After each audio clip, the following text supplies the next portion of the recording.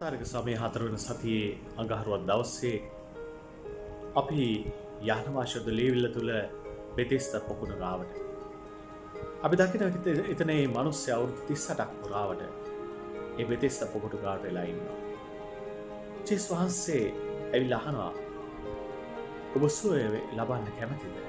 ඔබ සුව වෙන්න කැමතිද?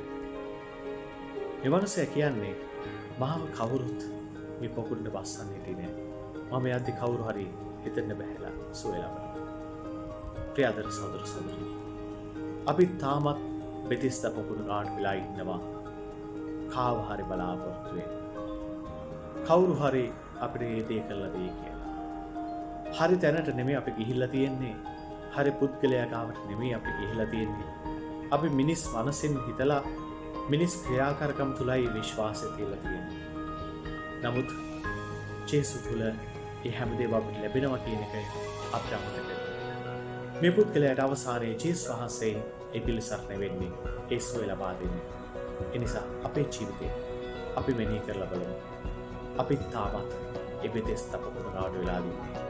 එහෙම නැත්නම් ජේසුස් ගාවට අපි ගිහිල්ලා ඉන්නේ. ජේසුස්